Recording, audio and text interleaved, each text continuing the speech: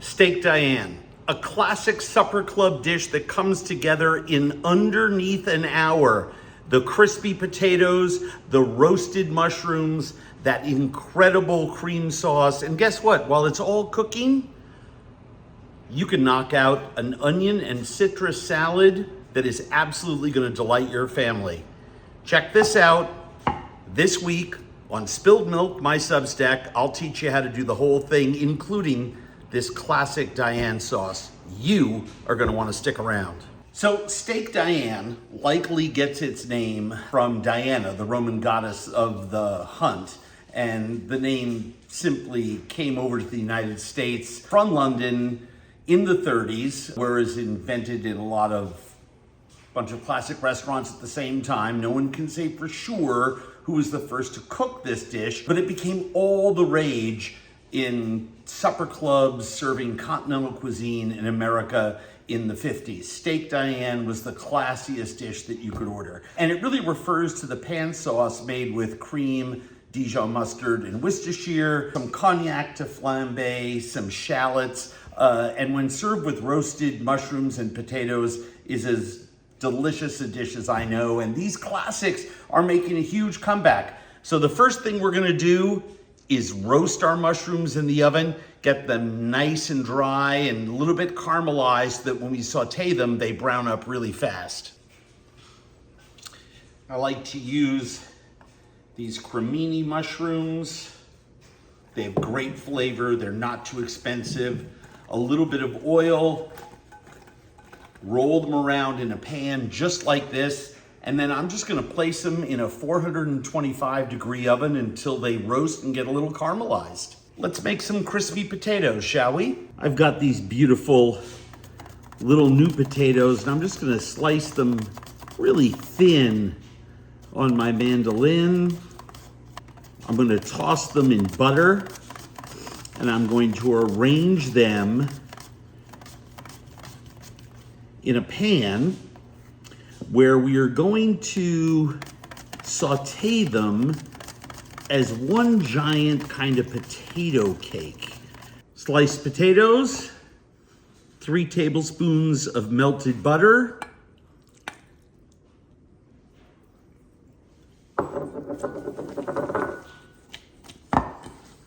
and then I really do like to get in there with my fingers and make sure that I spread those slices out as best that I can so that they really all get touched with that butter as best I can. A little sprinkle of herbs de Provence, not a lot, just a few pinches. And we'll head over to the stove and get these in the pan. A pan over medium heat. Just a little drizzle of oil, sort of keep me honest here. And I'm just gonna lay this down in pieces, overlapping.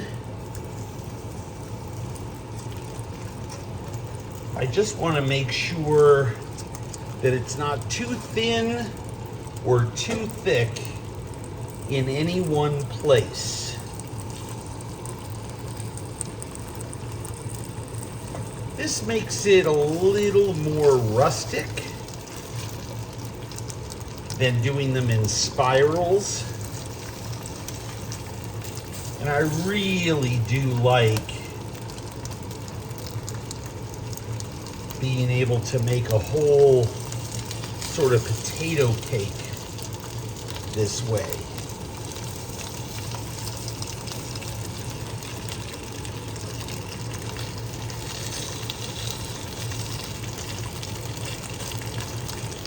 And anywhere that you feel it's thin, like I can feel it's thin right there, just place 2 or 3 potatoes.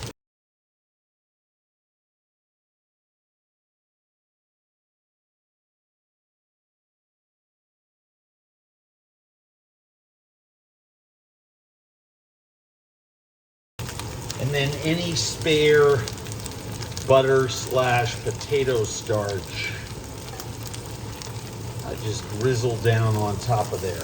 All right, let's make a bright little salad to go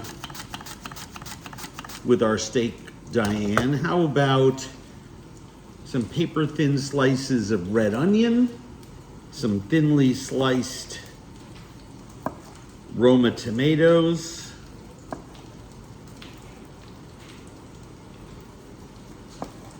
I have these beautiful oranges, Cara oranges. They've got a beautiful pink blush to them. And I'm just gonna cut down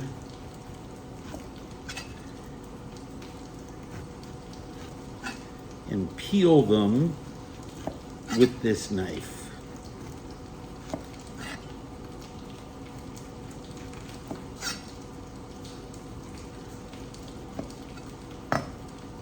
Take away any residual pith. Here's a little piece right there. Potatoes are cooking. The mushrooms are roasting. And I'm just gonna overlap slices of this beautiful Cara orange. And I'm gonna place some oil-cured black olive pieces all around here. This is a very sharp, strong olive, but it's not as strong, in my opinion, as a Kalamata. And I'm just squeezing a couple of them, taking the pits out. Take my onion rings, sprinkle them around with my fingers. I want you to see those beautiful oranges underneath. Take some fresh dill, sprinkle that on top, and we'll make a little lemon and orange vinaigrette. Super, super easy to do. I just take these pieces of orange that are left over. You know, these navels have these rough parts in them, so it's really not suitable for the salad, but it's perfect for squeezing and putting that orange juice all over that. And I love squeezing those pieces of orange on top of those onions. Why? Because it makes the onions less assertive. And then I just want to add a little bit of lemon juice. Not a lot. Just take a little wedge.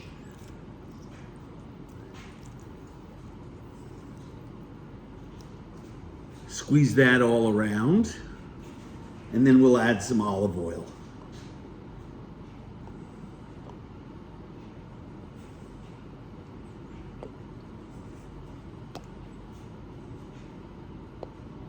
We don't need a lot, just a few tablespoons, some salt, and then we can add this beautiful salad to our dinner table. So let me ask you, you ever have one of those situations where you're sauteing mushrooms, especially for like a dish you really want to look great, and you wind up with mushroom broth in the bottom of a pan?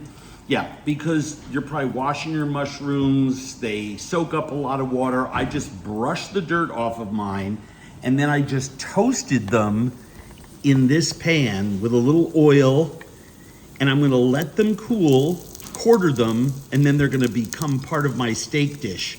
That's how you get beautiful caramelized mushrooms into your dish, right? And have them stay caramelized, right? Beef, it's what's for dinner. I'm just taking this beef tenderloin and I'm gonna cut them into 1 inch thick pieces. And this is from a thinner part of the tenderloins. They probably weigh about 3 ounces each.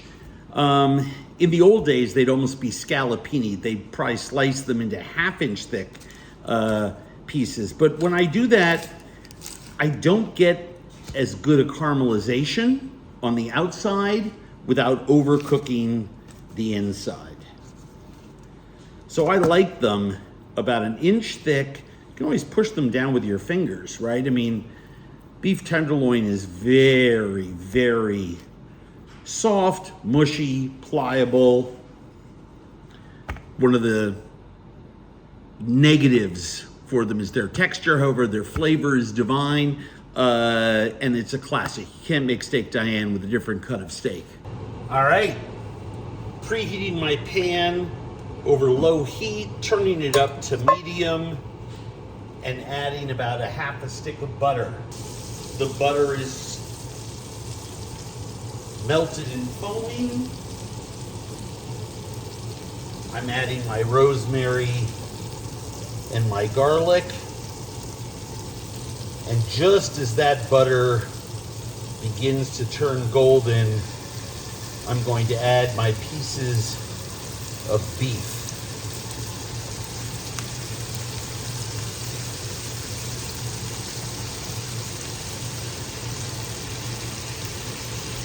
Next thing that I'm going to do, season them with some beautiful salt. I like to do this at the last minute so I don't draw up any moisture. And because I am cooking in fat, I'm not going to turn my pepper bitter. So I'm going to season these very well with a nice coating of finely, freshly ground pepper.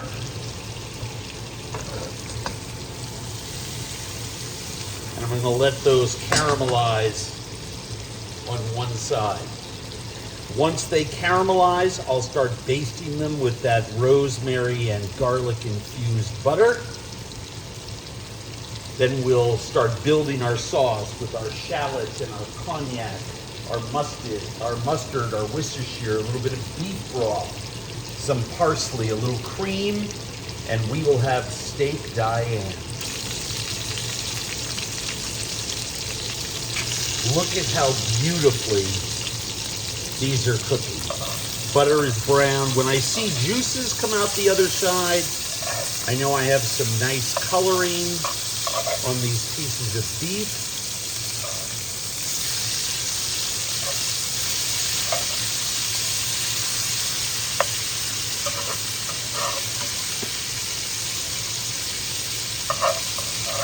I'm going to take my garlic and rosemary, push it onto one side, and just tip it to one side and butter baste these. Boy, this is so much easier if the camera's in the other position and I can perform what is called an arrosé. Well, I guess I can do it here. It's just, you know,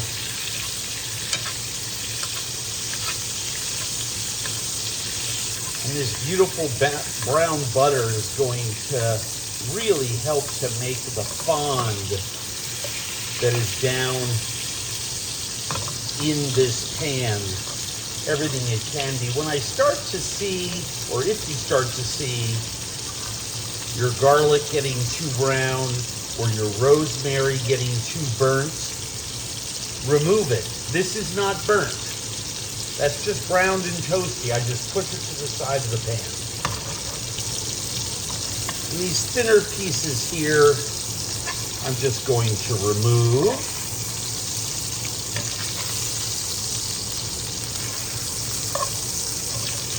Take a little bit of my butter and just pour them over the top. Keep them nice and basted. I guess I am done with this after all, so might as well remove it.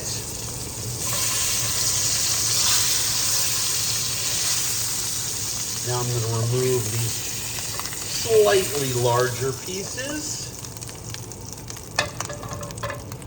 I'm going to leave this on the stovetop. Add my shallots.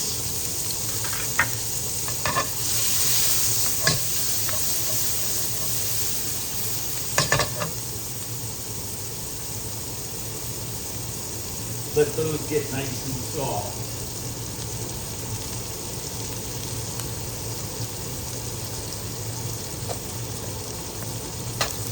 Add a few tablespoons of Dijon mustard.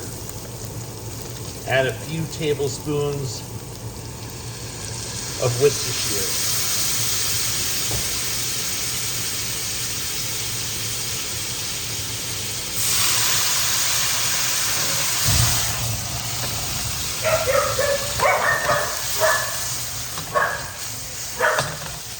And our cognac.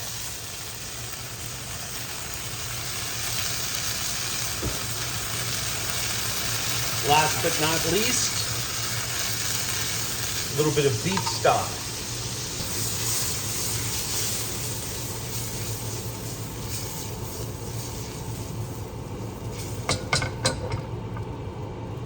And we're going to reduce that. It will reduce very, very, very quickly, nearly to a glaze. Add a little cream, and then we're ready to build our dish. Getting nice and reduced, I'm going to add a couple of slices of those caramelized mushrooms and some cream. And we just want to bring that to a simmer for a second, just to thicken that cream a little bit. Don't forget at the last minute, some fresh parsley. Roasted mushrooms are on the plate. Let's take a nice rough piece of our sauteed potato, crispy on both sides. But see, rather than a potato cake, we sort of have these loose form pieces. It's really nicer, and you do want a decent amount of the potatoes because, quite frankly, there's nothing better than this Steak Diane sauce to go with them. Speaking of which, our basted and browned pieces of meat. We'll give everyone a big one and a smaller one.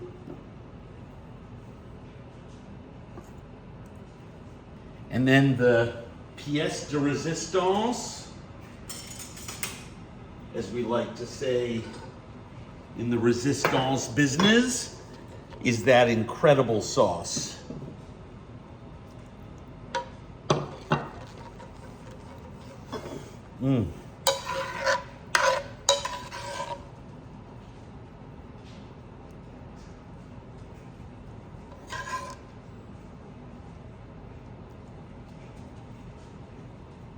And there you go.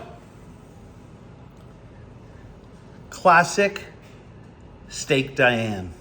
Crispy potatoes, beef tenderloin that's been sauteed with rosemary and garlic, that wonderful shallot, mustard, Worcestershire cream, beef stock sauce, some roasted mushrooms.